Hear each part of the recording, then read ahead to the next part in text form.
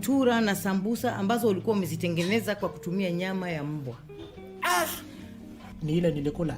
Si ndio? Ni hii mbwa. Si ndio? Ati hai. Hot dog ya. Ulikuwa tengeza hot dog za aina gani? Mbwa moto mheshimiwa. Mimi natoa wapi hizo mbwa za kukuja kuchinja watu wakule? Sasa hiyo ndio swali najibu napatia koti. Between me and which category to me to come to call the animal? Angewika kama mbwa as in woo woo woo. Let the dog say. Mimi nilikuwa nauza hot dog not dog. Mtakuwa nasema urongo. Tangu umeanza hiyo biashara umewahi kula hiyo nyama? Na sijawahi lia kama mbwa mheshimiwa. For over 70 years, the Kenya Institute of Management has been at the forefront of developing competent and ethical managers, shaping leaders who drive progress across industries, communities, and the nation. Join us as we honor the class of 2025 at the 22nd Kim graduation ceremony on Friday, the 7th of November 2025 at the Management University of Africa main campus, Kisaju. The Kenya Institute of Management, promoting excellence and integrity in management practices.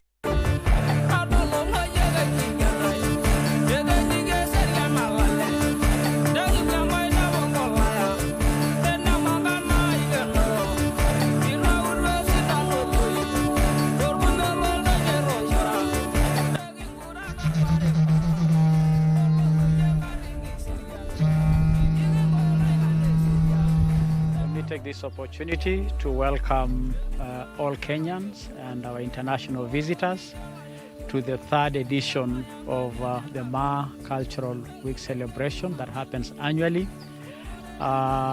This year's motto is promoting Ma cultural expressions for socio-economic development, and the venue is slated for Amboseli National Park in Kajiado County. And it is an all-system go. All the preparations are on course. This is supported by our county governments and the national government as well. And we'll be hosting, the president will be attending the occasion. So we welcome you, Kenyans and our international visitors to Amboseli to celebrate with us the iconic Ma culture. This year, we're going to celebrate our Ma culture in Kajiado at Amboseli National Reserve, promoting Ma cultural expression for socio-economic development. Ma Sintai Orgeretilang. Ma Sintai Orgeretilang. Ma Sintai Orgeretilang. Ma Sintai Orgeretilang. Kijo Ma Sintai Orgeretilang. Karibuni poke. Ma Sintai Orgeretilang. The Far East, the Middle East, the West, and even the African continent, all are welcome. Ma Sintai Orgeretilang. Ma Sintai Orgeretilang. Ma Sintai Orgeretilang.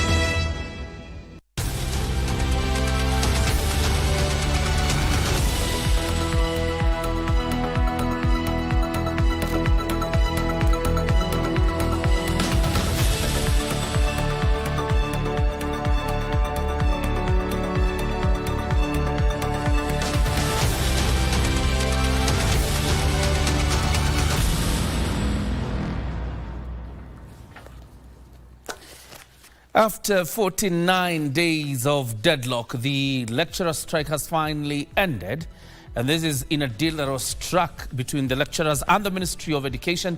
That deal was aided by the Deputy President, Professor Kithure Kindiki, himself a former university don. We have details lined up for you, including the latest in politics. Welcome to Prime Edition. Here are tonight's highlights.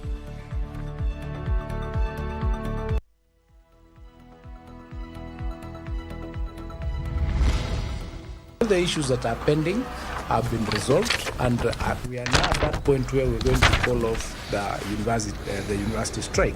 Back to lecture halls.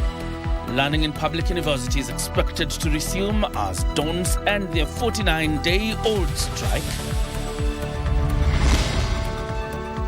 Chesungoch landslide tragedy. Death toll from Elgeyo Marakwet landslide tragedy hits 36.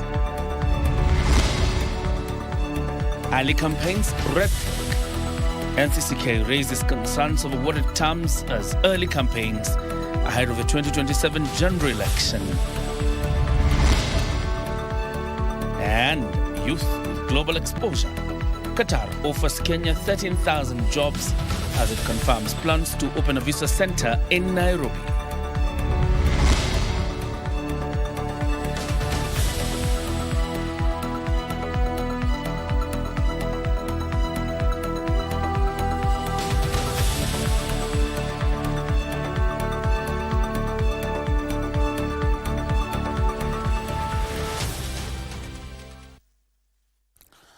Caroline Njoroge is a sign language interpreter. My name is John Jacob Curia. You're very much welcome to the broadcast. Now, learning can resume in public universities after lecturers signed a return to work agreement with the government, ending their 49-day strike. The deal will see the government cough up some 7.9 billion shillings in two tranches beginning in December this year. And as Joseph Ahungo reports, the dons are cautioning the government that they will turn their backs on teachers and lecture halls, although they turn their backs on lecture halls at this latest attempt by the state to undermine this very agreement. University students and parents can breathe a sigh of relief after a 7-week strike which severely disrupted learning in public universities was declared over. After more than 4 hours of closed-door deliberations at the Ministry of Education headquarters on Wednesday. I know you've been here from 9 o'clock. Education Cabinet Secretary Julius Ogamba delivered the long-awaited message. All the issues that are pending have been resolved, and we are now at that point where we're going to call off the university strike. Ogamba, who was flanked by union leaders and officials from the Inter-Public Universities Council Consultative Forum, confirmed that the dispute on the 7.9 billion shillings which lecturers have been demanding under the 2017-2021 CBA has been resolved, with the government set to pay the amount in 2 installments of 3.85 billion shillings. The unions accepted the 2 first payment, first payment of 3.85 billion, in first payment of 3.85 billion towards the end of this year and after the first supplementary, and the second payment will be in the financial year of 2026-2027. The lengthy strike by lecturers and academic staff had threatened to throw programs such as graduations into limbo. To forestall future industrial disputes, the CS announced the creation of a permanent interministerial CBA implementation team to ensure compliance and resolve emerging issues early. Speaking at the event, University Academic Staff Union Secretary General Constantine Wasonga confirmed the suspension of the strike and instructed lecturers to resume duty. It is upon the government that you honor what we have signed here today. And if you honor what we have signed today, I want to commit that there shall be no strike called by WASU up to 2030. But if you don't honor this agreement, I'll call even a strike next week. His Kenya University Staff Union counterpart Charles Mukwaya praised the deal as a fair compromise and lauded Deputy President Kindiki Kithure's intervention, which he said helped bridge the gap between the unions and government. We are not calling off the strike just like that, but it's because we feel strongly so that we have engaged exhaustively, that we have engaged the social partners, and the government under the tripartite committee arrangement and gotten what we've gotten. And therefore we urge our members to accept this particular offer and resume their duties as normal. Joseph Ohungu for Prime Edition. Some good news there, and then we can hope that normalcy will return to our public universities. But let's turn the page to some other news now. And the death toll from the Chesongoch landslide tragedy in Elgeyo Marakwet County has risen to 36 after 2 more bodies were retrieved on Wednesday morning. The rescue team, led by the Kenya Red Cross, says 17 people are still missing. A section of leaders led by the Eldoret Catholic Diocese Archbishop Dominic Kimengich challenged the government to move with speed and find a lasting solution to the crisis by urgently relocating locals still living in the Kerio Valley escarpment to prevent a similar calamity from occurring, as Timothy Kipnusu now reports. These are the remains of the Chesongoch landslide tragedy that occurred on Friday last week. The debris is a witness of the magnitude of the landslide that has so far claimed the lives of 36 people. The Kenya Red Cross team, Kenya Defence Forces as well as National Service, which are on a rescue mission, retrieved 1 more body from mudslide Wednesday morning, with 17 people still unaccounted for. 20 kilometers away from where the tragedy occurred, religious leaders led by Eldoret Catholic Archbishop Dominic Kimengich were financial aid to locals who are aiding in the rescue. Tunasema pole kwa wale ambao walipoteza jamaa yao, tunasema pole wale ambao bado hawajapata, tunasema pia pole na Mungu. And it is a relief for William Marsabit, who finally found the body of his mother after fiercely looking for it for 4 days. Tumeshughulika sana kutafuta kuanzia Jumamosi, Jumapili, Jumatatu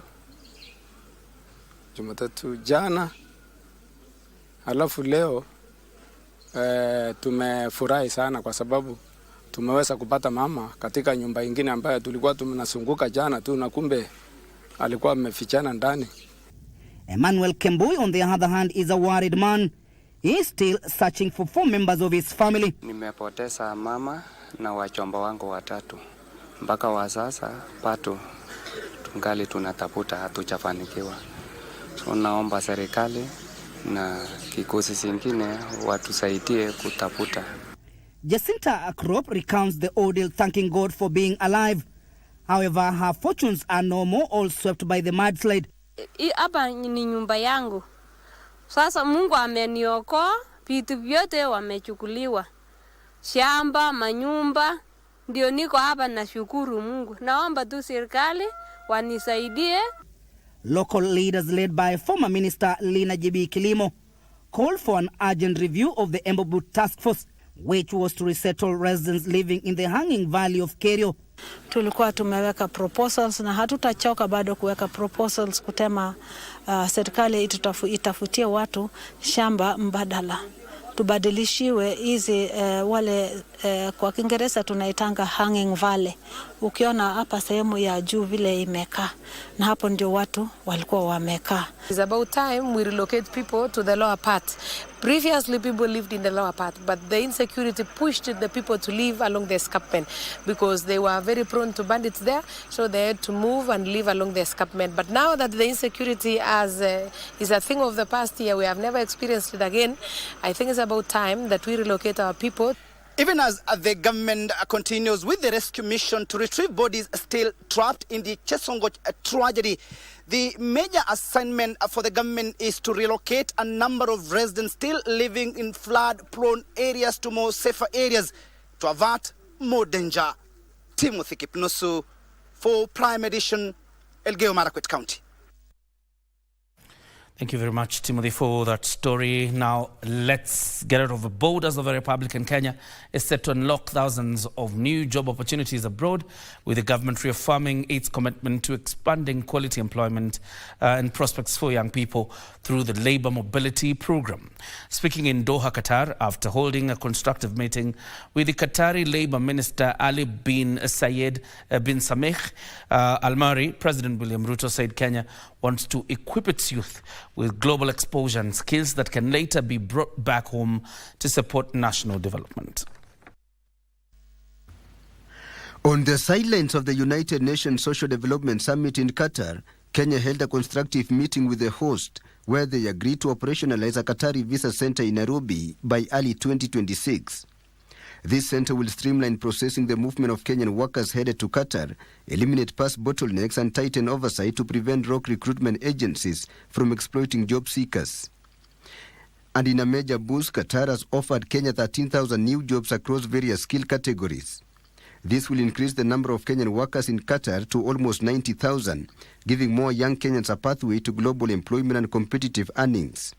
President William Ruto also held discussions with former Qatari Deputy Prime Minister and Chairman of the Board of the 35 Group Khalid bin Mohammed Al Attiyah. The talks focus on expanding cooperation in trade and investment while identifying new areas of collaboration, including infrastructure development, mining, manufacturing and ICT, among others.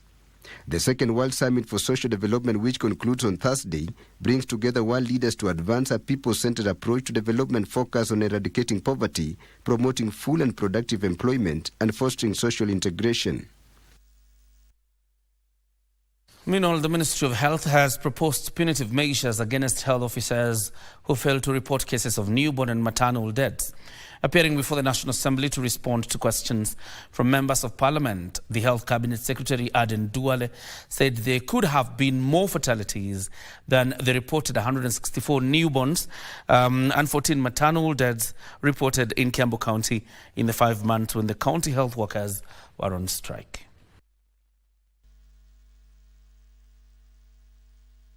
Mr. Speaker, this is a very serious offense.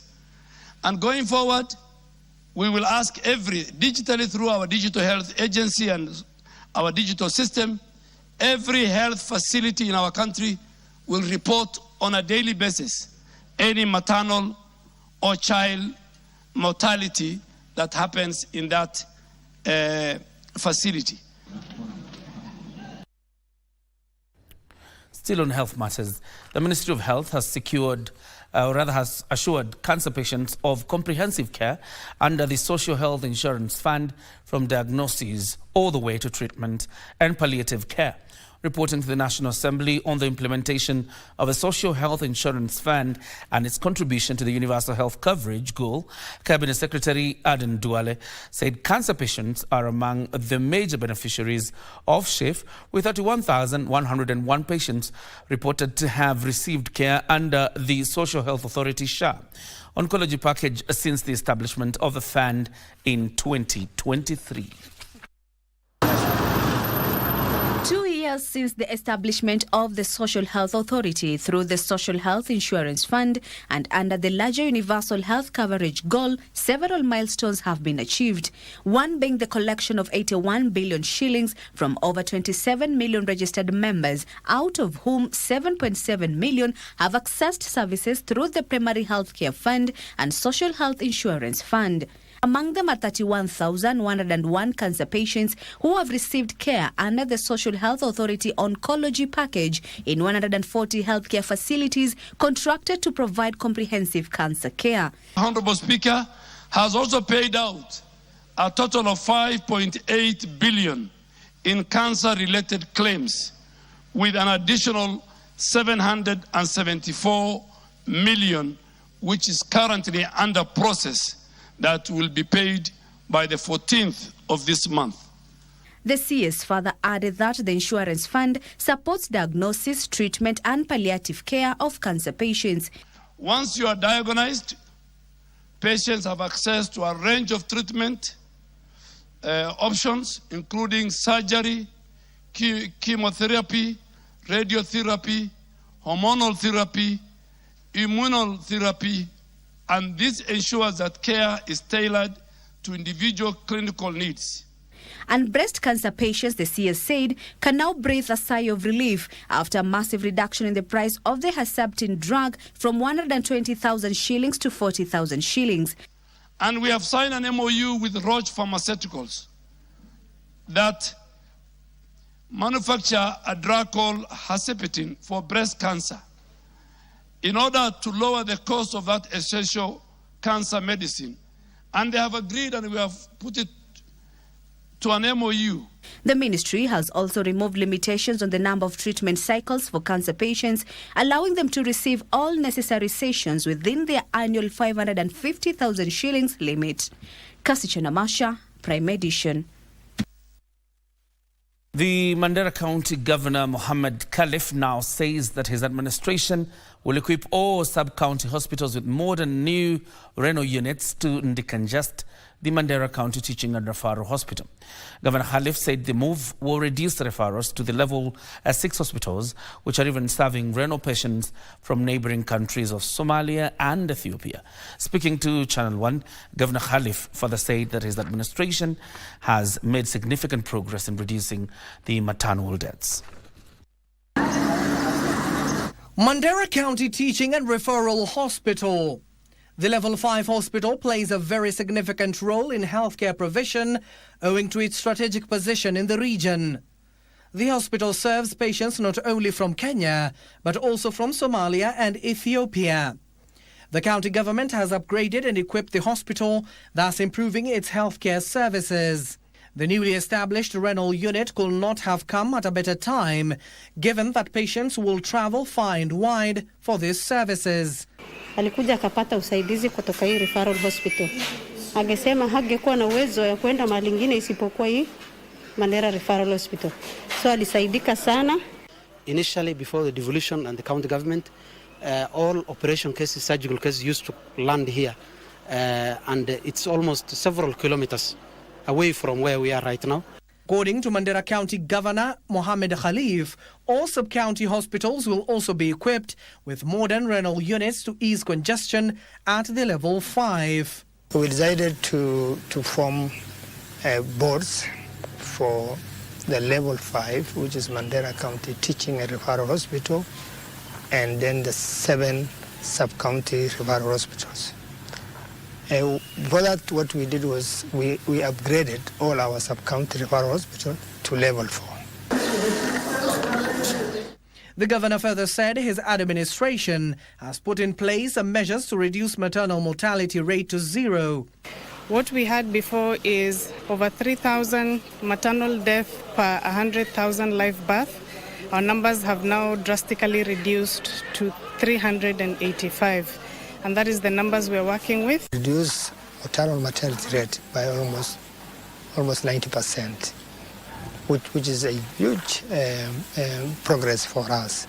We have increased the skill deliveries by almost 20-something%. We have reduced referrals because of operationalization of the sub-county hospital. We have operationalized Banasa sub-county hospital. We built the theater and equipped it. Now theater services is being offered.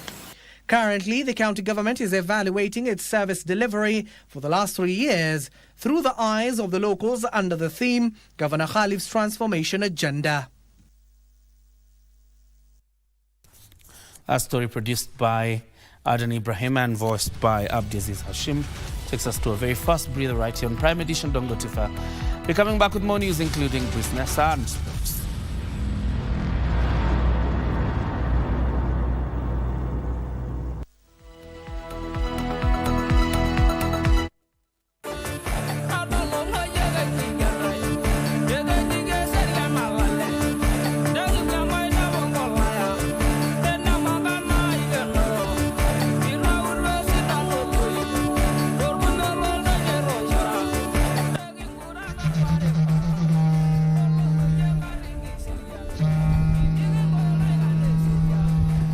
Take this opportunity to welcome all Kenyans and our international visitors to the 3rd edition of the Ma Cultural Week celebration that happens annually.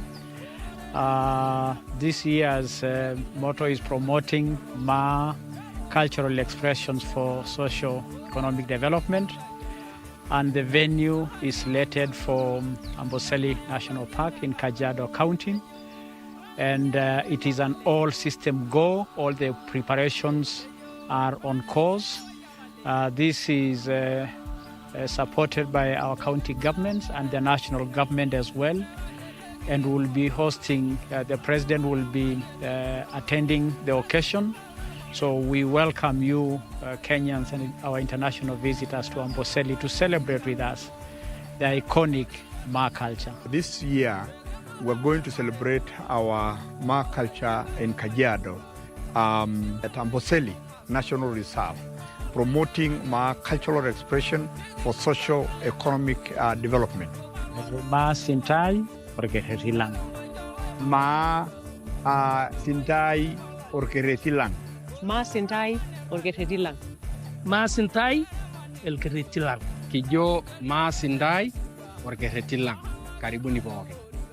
Ma Sintai Orkeretilang. The Far East, the Middle East, the West, and even the African continent, all are welcome. Ma Sintai Orkeretilang. Ma Sintai Orkeretilang. Ma Sintai Orkeretilang.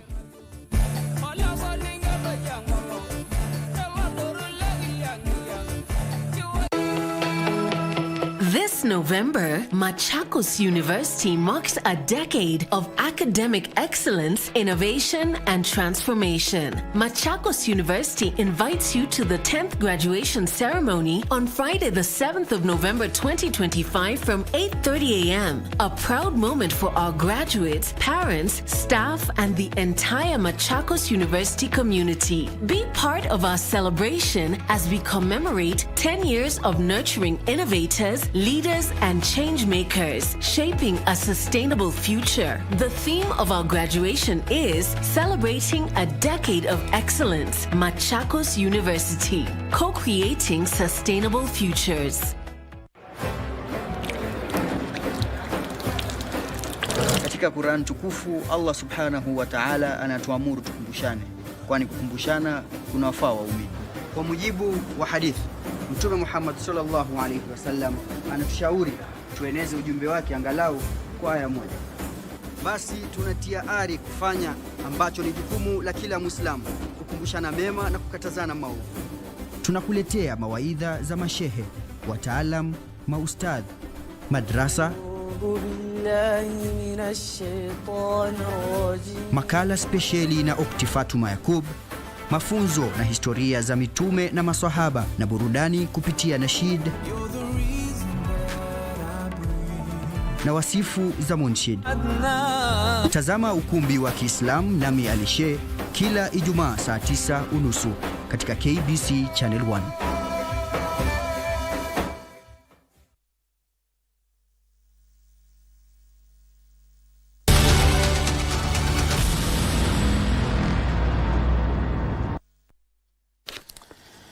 Oh, welcome back. You're watching the Prime Edition. And a major war against corruption. The Ethics and Anti-Corruption Commission, EACC, on Wednesday recovered 5.5 million shillings, investments worth of 597 million shillings, that in high-end vehicles, 28 landed properties and 37 bank accounts, in a scandal that saw the public lose 3.8 billion shillings at the State Department for Sports. The sleuths arrested 5 suspects, including 2 senior officials at the State Department, and they have since recorded their statement at the Integrity Center. As Abdaziz Hashim now reports, the sleuths from the anti-graft body also carried out the operation in Nairobi, Nanyuki, Machakos, Kiambu, and Nyeri counties simultaneously.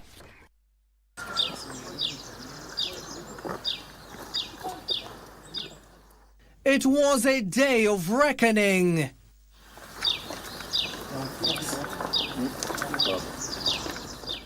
With the proverbial 40th day becoming evident to top officials at the State Department for Sports, who dipped their hands in the cookie jar and embezzled a whopping 3.8 billion shillings of taxpayers' money. Wednesday morning, sleuths from the Ethics and Anti-Corruption Commission EACC conducted search warrants at the residence of 5 officials linked to the scandal. The sting operation was conducted in Nairobi, Nyanyuki, Machakos, Kiambu and Nyeri County simultaneously, which led to the detectives unearthing where the money went. Among those nabbed is Otis Mutwirin Turibi, the Deputy Accountant General, Assels and Regional Development, who is among the key suspects and has set up a 4-story residential apartment in Meru County, allegedly by using the stolen funds. Caroline Muthoni Karaoke, the Senior Assistant Commissioner of Sports, is also being investigated in having a hand in the scandal during the 2020, 2021 and 2025-2026 financial years. The Abdi Mohamud-led body recovered 3.58 million shillings from Dixon Kibunyi, the director of Turkenya Tours and Safaris Limited. Others to be charged are David Mwasia Musau, an accountant at the State Department of Sports, and Maureen Wangui Wambugu, a director at Smart Flows Travels Limited. Following the operation, the suspects were escorted to EACC offices at the Integrity Center for statement recording. Abdiaziz Hashim for Prime Edition. And now the National Council of Churches of Kenya, NCCK, has raised concerns over what it terms as early campaigns ahead of the 2027 general elections, citing potential breach of peace in the country. NCCK Nyanza Regional Vice Chair Reverend Titus Odoyo led the appeals for the relevant government agencies to rein in on the matter and ensure peace prevails before, during and after the electioneering period. Wycliffe Okech with the report from Kisumu County. In recognition of the value of intergenerational consultations in fostering peace during elections, the National Council of Churches of Kenya, NCCK, convened a 2-day citizen engagement workshop in Kisumu. There will be need for mediation. The NCCK says this initiative is, however, hampered by early campaigns that also slows the country's growth and risks stirring up emotions. Led by the NCCK Nyanza Regional Vice Chair Reverend Titus Odoyo, the clergy called upon the IEBC, the NCIC and other relevant government agencies to act on the matter. Leaders are pouring out hate speech and other forms of incitement with impunity. We must enforce discipline in the political field if our democracy is to survive. The men of the cloth also urged Kenyans, especially the youth, to utilize the ongoing continuous voter registration window to enlist themselves if their voice is to count during the 2027 general elections. We remind our people, and especially the youth, that failing to register as a voter is a cruel betrayal of the blood of the Gen Zs and other Kenyans who were killed during demonstrations in 2024-2025. Na tunaomba serikali kuu taifa letu la Kenya liweze kuweka mikakati ya kurudisha nchi iende sawa sana the cost of living. NCCK at the same time appealed to the political class, especially leaders in the Nyanza region, to handle the post-trial political transition period with caution. For Channel 1 from Kisumu County, I am Wycliffe Okech. And now the National Treasury Cabinet Secretary John Badi says the government is committed to modernizing the Kenya Broadcasting Corporation through funding to enable it fulfill its mandate as a state broadcaster. Speaking exclusively to Channel 1, Badi said the government will facilitate KBC's live coverage of all African matches scheduled for next month in Morocco, the World Cup slated for mid-next year, and the 2027 AFCON tournament that Kenya will co-host with Uganda and Tanzania.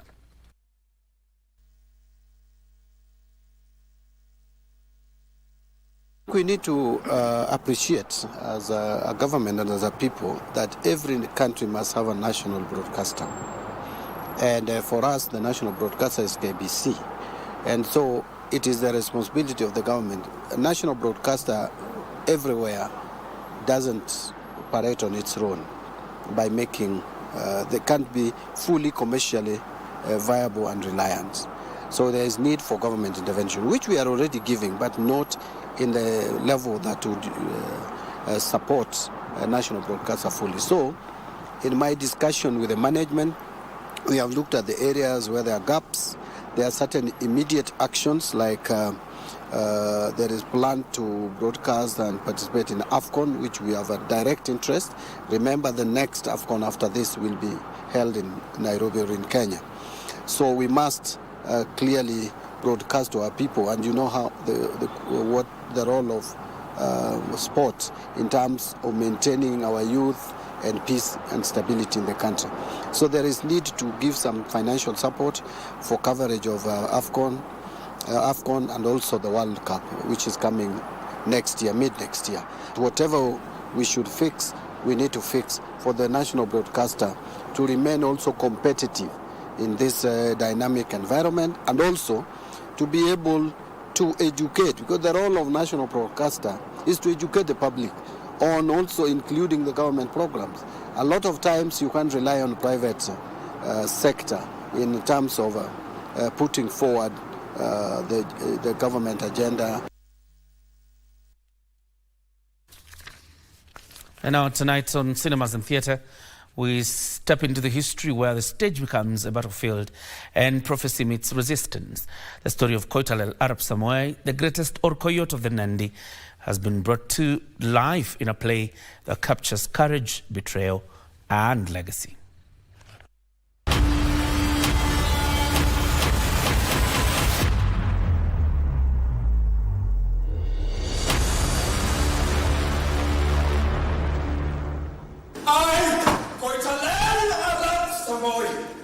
I will fight to protect our land and our people. Born in 1860 in Samitual Dai, Koitalel Arap Samoei was the last born of Kimnyole Arab Turkat.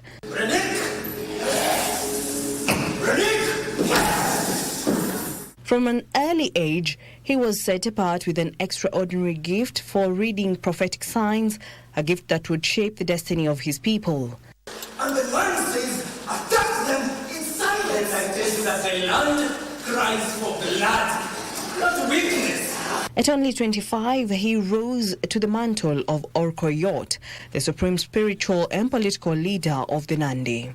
We will strike, but we must strike with the wisdom of our ancestors. Just like the great Orkoiyot. Koitalel foretold the coming of a black snake, spitting fire, Moving like the wind, and strike like thunder. cutting across Nandi land. Mr. President, I trust you come in a spirit of peace. No, definitely. We are here under the banner of peace. Soon after, the British arrived seeking passage for the Kenya-Uganda Railway, but the Orkoiyot would not yield. The play is about the story of the legend Koitalel Arap Samoei and the resistance of Koitalel against the British when they wanted to construct the railway that passed through Nandi County. So basically that is a wrap-up of what the play was about and his betrayal entirely until they constructed the railway. He rallied his people in fearless resistance. For 12 long years, the Nandi warriors humbled the British. You were sent here to build the railway, not to sip tea and write in your diaries about sunsets and savages. Koitalel's brilliance as a military strategist lay in his surprise attacks, his ability to outwit rifles with courage. This calabash is a symbol of heritage. And as long as we drink from it, nothing shall separate us. And his defiance in turning stolen railway materials into ornaments and weapons. While we were researching about the play, we learned a lot about how life happened back then, how brilliant they were without the technology we have right now, how they could mobilize, how they could talk to each other, how they could fight quite a civilized community compared to them. And all they had is black magic and just courage and bravery. Despite not having the current equipments that we have as a generation, phones, Wi-Fi and everything, he was able to protect his land and fight for the country diligently up to his death.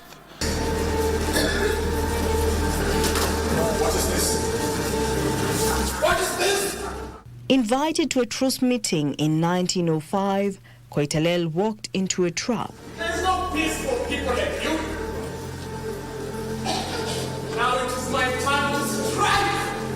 As he extended his hand in peace, he was shot dead. His man ambushed, his people left leaderless. His assassination marked the end of the Nandi resistance. Today, a museum in Nandi Hill stands in his honor.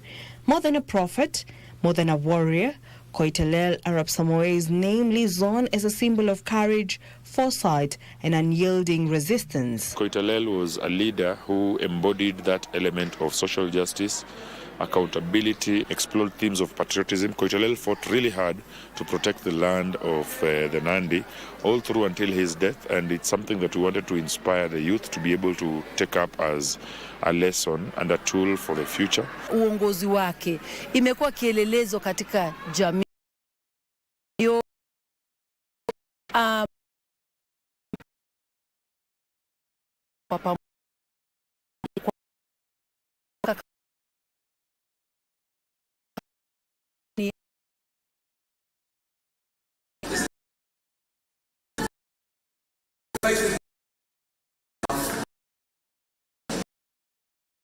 This his and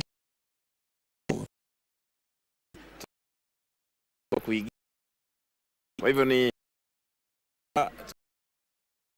pia wa familia actually experience many shows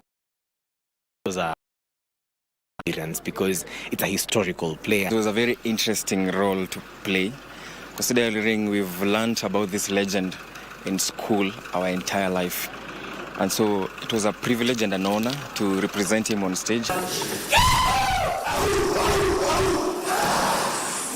Tutakuwa na utamaduni ama Nandi Ga Kaburwa Cultural Festival ambayo inaanza tarehe 16, 17, 18 hadi 19 mwezi wa 10 kule Nandi County, Nandi Hills Bears Club. Na nataka ni waalike watazamaji wote ambao walikuwa katika ukumbi huu leo.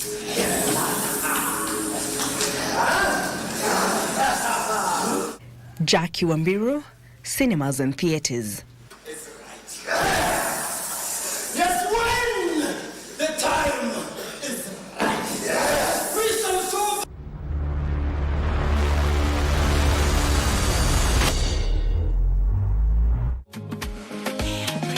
Mimi nasema ugali ya lea haikuwangi complicated. Ukienda kwa duka tu. Unfortunately, our fears are confirmed. Hii si mwisho ya maisha kwako. Zai, nenda kwa gate. Ai, gate kwa huku chini, huku unaenda kwa mochari. Vile kutoka wakati tulitoka huko huyu daktari hajakuwa sawa. Ama kuna kitu mnajua anamuniambia. Lea Premium Flour, nurturing the world. Available in a store near you.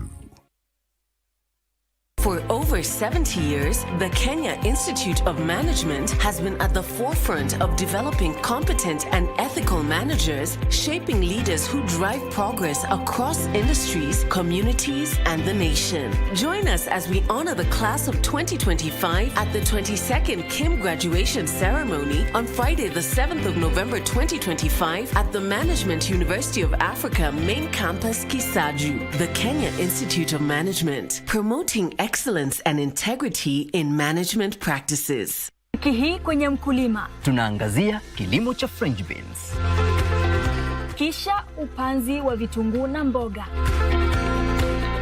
Utamu wa kila kitu ni wakati wa mavuno, na ndiposa tunasema wakati tunapovuna, tunavuna chakula tunaiuza Europa, tunapelekea wazungu kule, na ile tutaikula hapa loko tuikule. Utamu wake zaidi kitoka shambani ifike kwenye factory na iweze kwenda ng'ambo, basi pesa zetu tunaziweka mfukoni. Tazama Mkulima kila Jumamosi saa 10:30 hapa KBC Channel 1 kwa mseto kamili wa kilimo.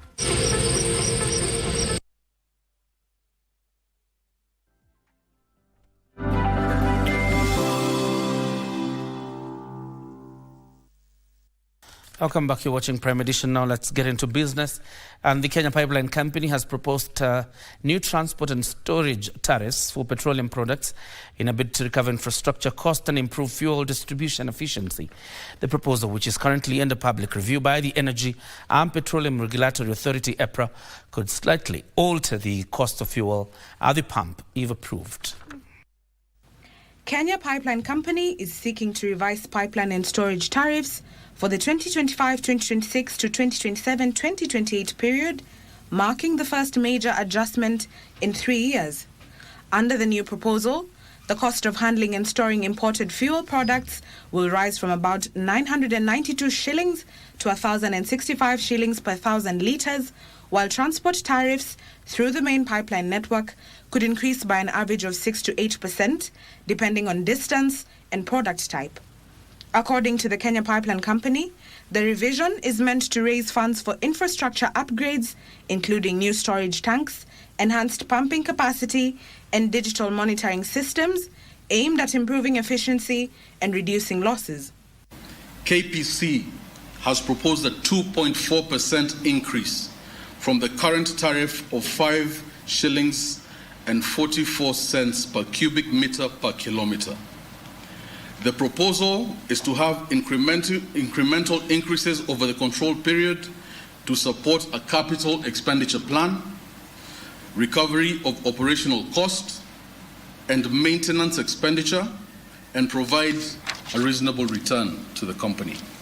Further, the state-owned company says that even with the reviewed tariffs, pipeline transport remains up to 5 times cheaper than road haulage, and that modernization will ultimately lead to more stable fuel supply and lower maintenance costs for oil marketers. So the pump price that will be prevailing at the time, if the change will purely be on the basis of the tariff, then we shall see a 12 cents adjustment. In Nakuru, because of the distance, then it is 13 cents, then in Eldoret it's around 15 cents, and the same applies to Kisumu.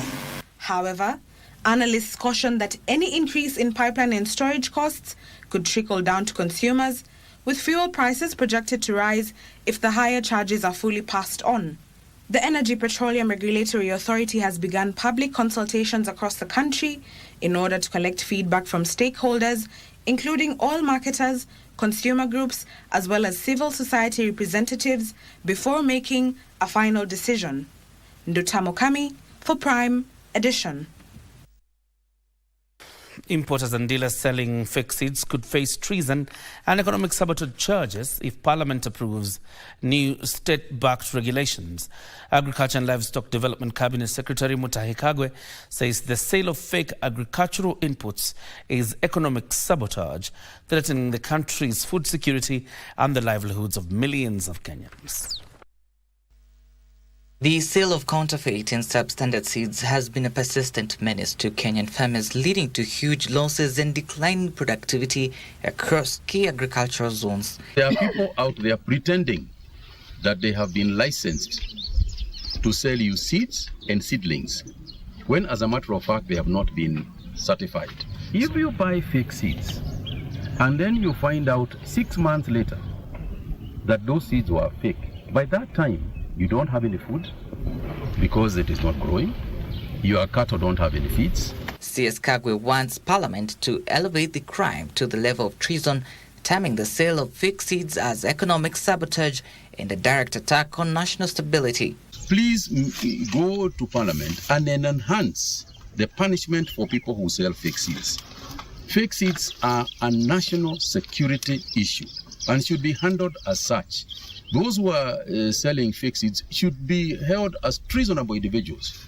It's treason, really. The government is also raising concerns over the rising cases of vandalism and theft targeting coffee, avocado, and macadamia farmers in central Kenya counties. Whistleblowing is what can help us. So we need to straighten this agricultural sector, to bring fair play and to make sure that people are being rewarded in accordance with the effort that they are putting.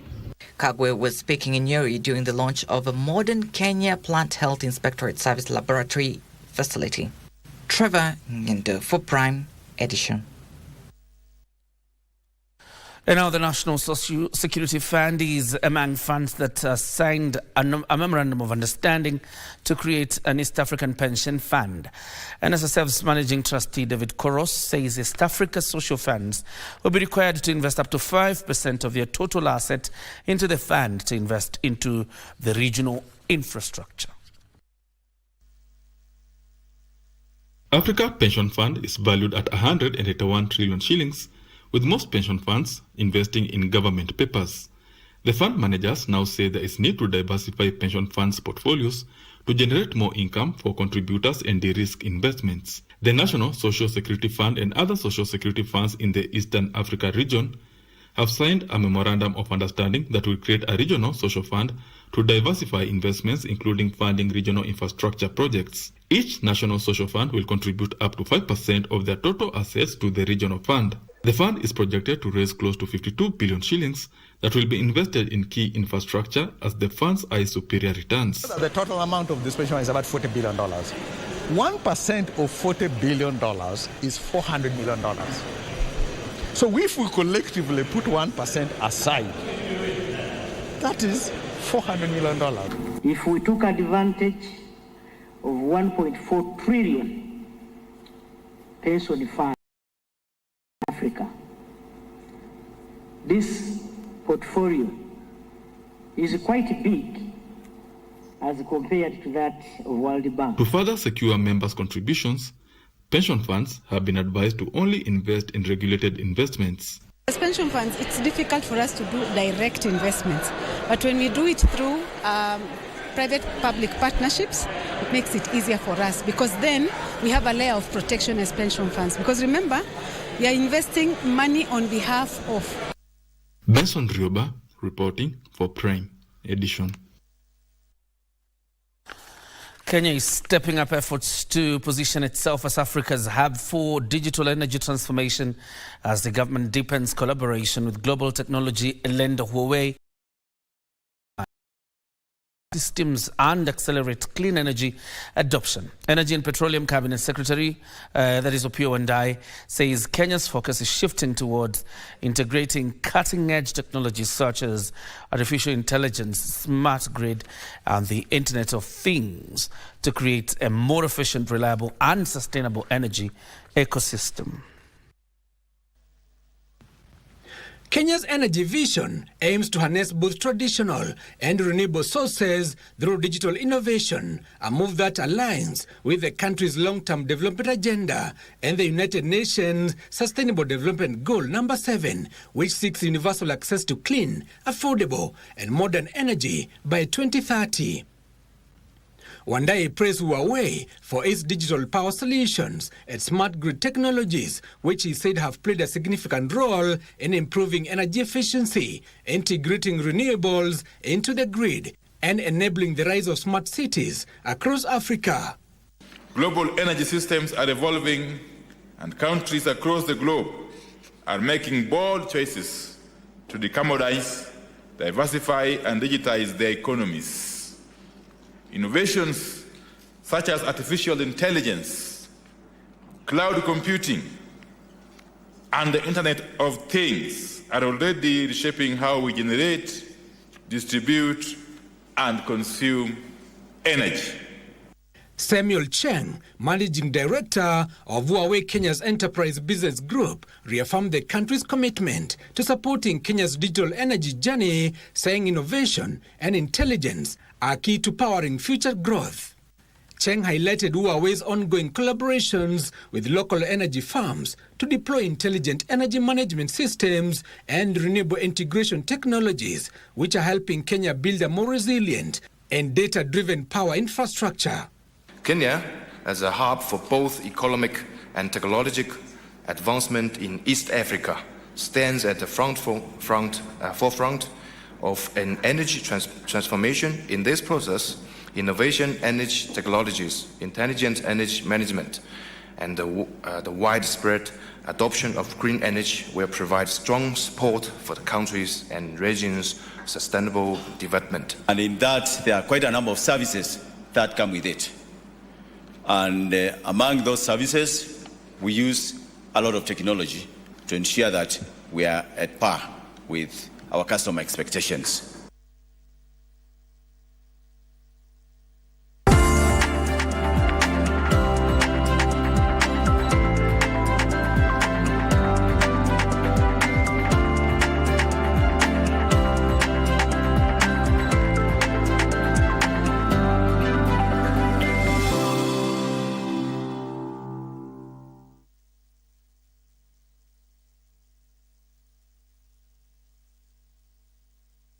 Nataka kujua nani ako na. Je, wewe ni mpenda soka? Na je, wajua kuwa KBC mwenzi wako wa dhati michezoni anakujali? Ndio maana KBC Channel 1 hukuletea taarifa na uchanganuzi wa soka. CAF ndio wamechukua usukani humu nchini, barani Afrika na ugaibuni, ikiwemo EPL, Serie A, Bundesliga na ligi zingine. Mashabiki pia hutuzwa kwa kujibu maswali kuhusiana na soka. Swali letu la leo. Haya yote ni kwenye kipindi cha Dunda Dunda kwenye KBC Channel 1 kila Ijumaa kuanzia saa 5 asubuhi hadi saa 6:30 mchana. Nawahimiza Wakenya waendelee watch Dunda Dunda show. KBC, mwenzio wa dhati michezoni.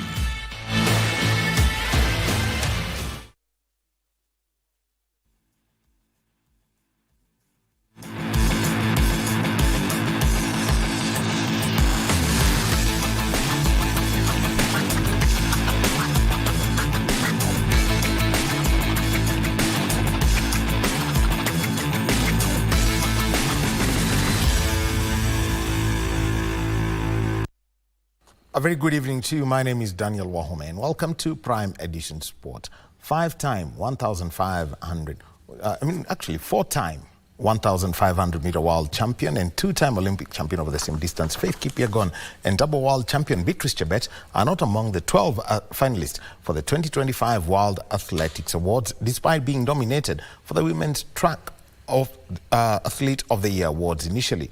This follows the first round of voting comprising votes from the World Athletics Council, the World Athletics family, and a public vote on social media, which saw only 2 finalists remain in each category. 3 other Kenyan athletes, however, made it to the final list in their respective categories, and they are World Marathon Champion Peres Jepchirchir, the 800-meter World Champion Emmanuel Wanyonyi, and London and Berlin Marathon Champion Sebastian Kimaru Sawe. Frederick Moki has the details. World record holders Faith Kipyegon and Beatrice Chebet were outstanding again this year, notably in the World Athletics Championship in Tokyo, Japan, where Faith won the race a record 5 times, as Beatrice won a double in the 10,000 meters and 5,000 meters races, just like she had done in the 2024 Olympic Games. They were in contention for this year's awards, but surprisingly did not make it to the finalists of the 2 for the Women's Track of the Year award, where the finalists are Femke Bol, the world 400 meters hurdles champion, and Sydney McLaughlin, who is the world 400 meters champion. However, 3 other Kenyan champions made it to the final list of 12. They include world marathon champion Peres Jepchirchir, will battle it out with Spain's Maria Perez for the Women's Out-of-Stadium Athlete of the Year award after the Spaniard won the world 20 and 35-kilometer race walk in Tokyo. The world 800 meters champion Emmanuel Wanyonyi will battle it out with world 200 meters champion USA's Noah Niels for the Men's Track Athlete of the Year award. Gun to tape, 1:41.87, a championship record. A brilliant race. That was so... And Sebastian Sawe, who won the London Marathon and Berlin Marathon. Sawe will compete with Tanzania's world marathon champion Alphonse Simbu for the Men's Out-of-Stadium Athlete of the Year award. A final round of voting will now take place between the 4th and 9th of this month to help select the overall Women's and Men's World Athlete of the Year. The 2025 World Athletics Awards will be held on the 30th of this month in Monaco. Frederick Mwoki for Prime Edition. And a 41st minute goal by Edward Omondi was enough to earn defending champions Kenya Police FC a vital win over Sofapaka in the only FKF Premier League match played today. The 1-0 win earned Police their second win of the season from 4 matches, with the other 2 games ending in draws. The 3 points that kept their unbeaten record this season intact moved Police up to 8th position on 8 points, 6 points behind leaders Kakamega Homeboys, who have played 3 matches more. It was Sofapaka's 3rd loss of the season in 7 matches, and they sit 10th, not actually 9th on the table, but equal on 8 points as Police FC. Hatushangilia kabisa. Tobias Otieno alifanya kazi kubwa, pasi nzuri ile ikamfikia Edward Omondi, wawili dhidi ya wawili, hakuhitaji kufanya mengi, aliplace uzuri fana kule bali na mlinda lango. Ruben Ndolo has been re-elected president of the Commonwealth Boxing Council for another 2-year term after being backed by most of the voters at a voting exercise last night in the United Kingdom. Ndolo won the elections after garnering 34 out of 56 votes to beat 2 other opponents from Canada and Australia. Ruben Ndolo will serve as the president of the Commonwealth Boxing Council for another 2 years after winning the elections held last night in the United Kingdom. In addition to winning the votes, Ndolo also managed to get the backing of 7 of the 12 directors, taking office once again for another term to elapse in 2027. Guarantee yetu kwa sponsors na kuhakikisha games zinakuwa safi, promoters wanapata value ya hiyo game ambayo inachezwa technically, na kwa sababu si regulatory body lazima tutahakikisha kwamba hizo card zimepangwa vizuri na wanacheza kwa hali ya maana. Key on Ndolo's agenda as he continues to serve in the office of the council is ensuring the young boxing talents gain from his election, with promoters from Europe already in the country to assist in development projects, with the first expected to be done in Mombasa. Kitu ya maana zaidi ni kwamba tutasaidia namna gani vijana wetu, na hiyo ndio kitu ya mbele. Ndio maana unaona tayari watu kumbe walikuwa wanajua, promoters from Britain wamekuja na watasign contract yao hapa na vijana wetu waweze kufaidika. This comes just 17 days to the biggest boxing event dubbed Nightmare in Nairobi, to be held on the 21st of this month and featuring some of the biggest names in the boxing world. We're also in discussion with the Commission to introduce a show that would run on a more regular basis we'd call it Young Lions, which will run 48 shows a year, every Saturday basically, missing a couple around Christmas and whatnot. But that will be the platform for the 0 to 10 fighters, those fighters who are just making their time into professional, to give them an easy platform to build fights quickly. So they might fight 4 or 5 times in 6-7 months. Among the bouts will be Kenya's Fatuma Zarika fighting Halima Vunajebi of Tanzania, Rayton Okwiri taking to the ring once again to fight Mohamed Sebalia of Uganda, and Jamie Davin of the United Kingdom facing Christopher Osicho. And decathlete Dixon Rawino is confident of a strong showing at the Tokyo 2025 Deaf Olympics, scheduled for the 15th to the 26th of this month in Japan. He will be Kenya's sole representative in the decathlon. He will compete in 10 disciplines, namely the men's 100 meters, 110 meter hurdles, the 1500 meters, the 400 meters, the pole vault, high jump, long jump, shot put, javelin, and discus throw over 2 days. Rawino will be seeking to improve on his 6th place showing at the previous edition of the Games held in 2022 in Caxias do Sol, Brazil. The feeling is good, and my goal is to get it's either position 1, 2, and 3, and I must get a gold, because there in Brazil, when we went to Brazil, I was so close to getting the medal. I got only for the long jump, and now I decided that I will work hard, and I've been training there, and even Tokyo I should be number 1, position 1, to add my points so that I'll be better to be position 1, 2, and 3, and so that I can represent Kenya, and you should see how passionate I am even in future. and I am also seeing that I will be a coach in future so that I can motivate even others. So my father, he told me that I should work hard, and when I go to Tokyo, I should bring more medals, because he was a strong athlete and he wishes that he was here, but now he's old and he's telling me that Rawino, I should bring more medals, and he is proud of me. We want to believe that by the time we shall be going to Tokyo, he will be ready to compete with the rest of the world athletes. Rawino is a hard-working athlete. He is really very energetic all the time. He's in front, in front of the team.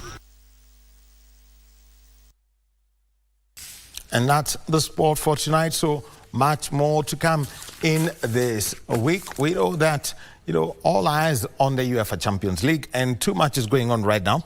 Buffos of Cyprus are leading Villarreal of Spain by a goal to nil. 58 minutes played in that encounter.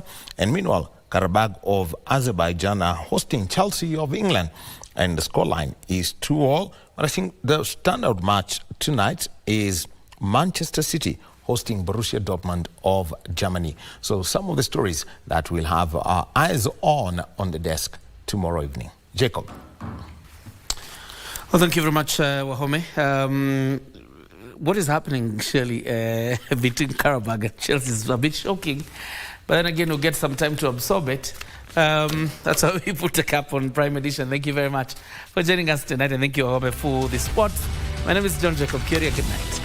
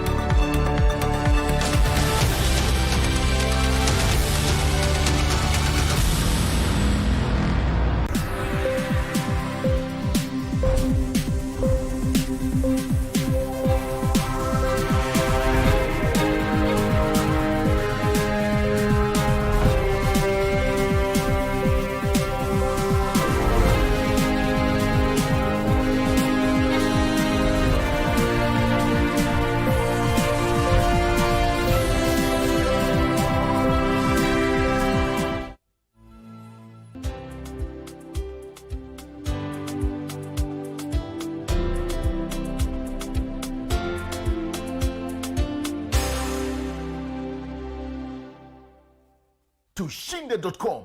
Cheza safe, cheza smart. Gambling is addictive, not for persons under the age of 18 years. Dosi amelala, sukuma moja. Wewe pia ndio muoga. Ndio maana Master Demi ilikupita. Demi haiko nipita bwana. Mimi najaza entry ticket zangu. Wewe hata unajua namba ya kusenda. Sini star 419 has. Option. Ni Probox. Bwana finya hiyo kitu. Mfinye. Finya hiyo kitu. Mfinye. Finya hiyo kitu. Mfinye. Finya bwana.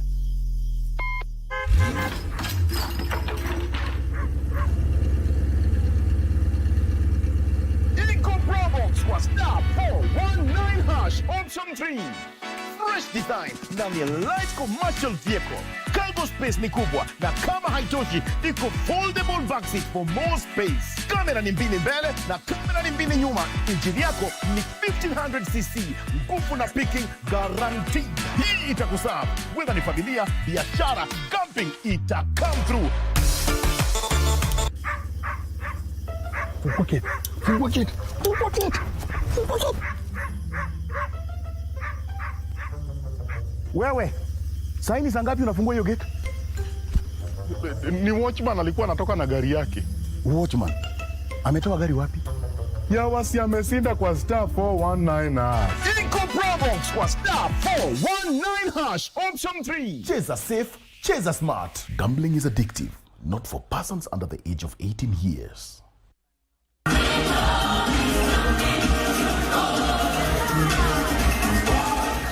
It's art, it's culture, it's fun, it's attitude.